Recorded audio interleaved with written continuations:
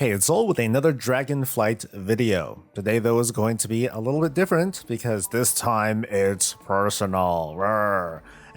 Anyway, the latest Dragonflight Alpha build added the Protection Paladin talent tree at last, and there are actually a lot of exciting talents on the board. I gushed over them the other day, but today I've sobered up. My eyes are opened, I feel lucid, and I want to give feedback on what so far is turning out to be a very big nerf for my favorite spec.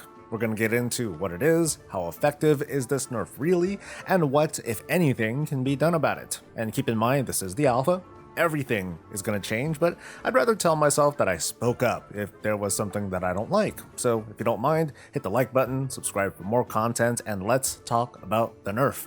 Avenger Shield, the signature Protection Paladin move, it's even at the top of the talent tree, no longer generates holy power. It's the resource that lets them self-heal and backhand the enemy for damage and extra armor mitigation. So this is a big deal at first glance. Paladins rely on holy power for the aforementioned, and Avenger Shield is a big source of holy power. Paladins may be familiar with this talent, Grand Crusader, that resets the cooldown of Avenger Shield. This, along with their basic melee attack, Crusader Strike, and Judgment are kind of it when it comes to regular holy power generators. With this change, Holy Avenger can no longer rely on Avenger Shield to generate holy power, and Divine Toll, which throws 5 Avenger Shields, will also generate no holy power. Even the talent upgrade Divine Resonance, which spawns free shields, will also generate no power. There is Hammer of Wrath, but that's only usable during Avenging Wrath windows or when an enemy is in the sub-20 execute phase, and there are other infrequent cooldowns as well.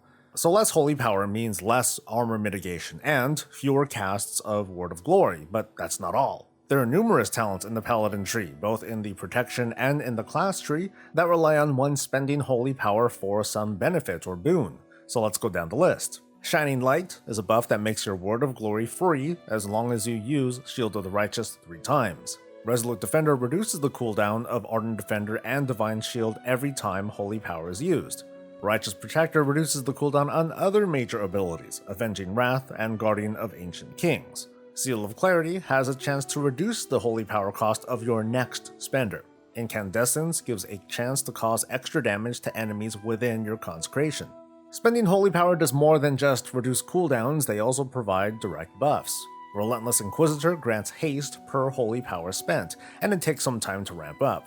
Of Dusk and Dawn provides damage bonuses when holy power is capped, but with this nerf, it's not nearly as likely that a paladin will holy power cap, whether it's intentional or not. In fact, at first glance, it seems as if the reduced holy power income would make more than a few of these talents pretty unattractive until the late game, when very high amounts of haste would make up for low holy power generation. My whining does not tell the whole story though. Let's read what the devs had to say in their statement. This is part of an effort to constrain Shield of the Righteous uptime and transfer some of Protection Paladin's defensive power out of Shield of the Righteous and into other cooldowns and forms of mitigation. We want Shield of the Righteous to feel like it makes you strong, rather than an essential component of your baseline passive survivability. So the main goal is to reduce Shield of the Righteous's effectiveness and distribute our power and mitigation elsewhere. Historically, since the advent of active mitigation in WoW, Paladins have been kinda notorious for being very squishy when they couldn't have full uptime on their mitigation. Unsurprisingly for the WoW team to say that reducing our uptime is going to turn out to be a good thing, well, that doesn't instill me with a lot of confidence. But the concerns from folks, including me so far, have actually been less about Shield of the Righteous uptime and more on the holy power generation, which I know it's directly related, but Paladins have gotten pretty used to throwing down a few shield backhands for the initial threat and having a Shining Light proc handy straight away. That and other abilities have helped Paladins stay alive in the first few seconds of a pull, be it raid bosses or dungeon trash.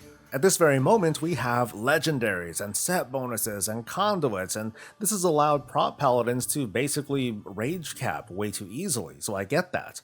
But subtracting it, along with this Avenger Shield nerf, after Shadowlands, I think it would leave us starving.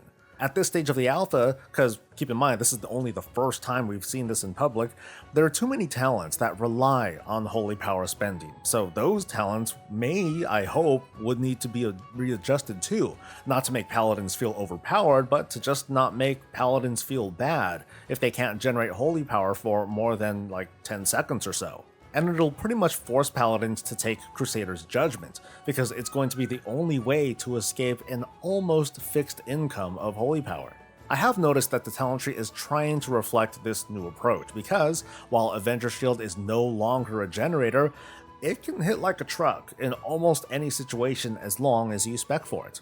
Let's take a look. Avenger Shield is now supported by Bulwark of Order and Tears Enforcer, an old Legion synergy that gave huge absorb bubbles that worked on all damage. They can choose between Focused Enmity to deal extra damage to a single target, or choose Soaring Shield to hit a maximum of 5 targets. We're all familiar with this. And both of those talents will synergize with the earlier mentioned talents too. Faith Barricade increases block chance by 10% when Avenger Shield is thrown. Another talent makes it reduce the cooldown of Guardian of the Ancient Kings.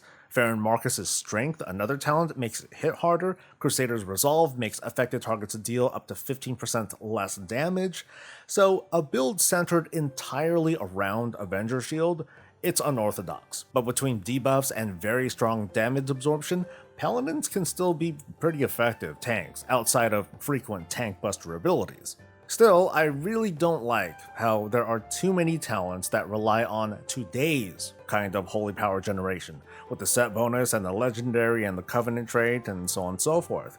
There's lots of room for additional input and iteration, so I'm going to leave you folks with this one suggestion. It's not a great one, because I think it's kind of redundant, but hear me out.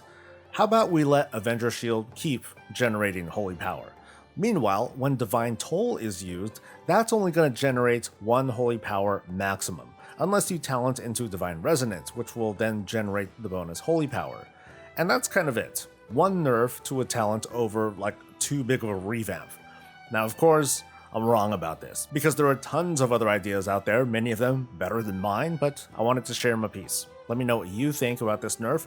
Well, I mean, it's the alpha, so is it really a nerf, right? But anyway, what do you think of this change? Is it good or bad? Should we let the WoW team jump down the rabbit hole with this, or panic and put everything back where it was? Let us know in a comment. Like the video, subscribe for more content, and I will see you next time. Stay safe, stay healthy, and stay breezy.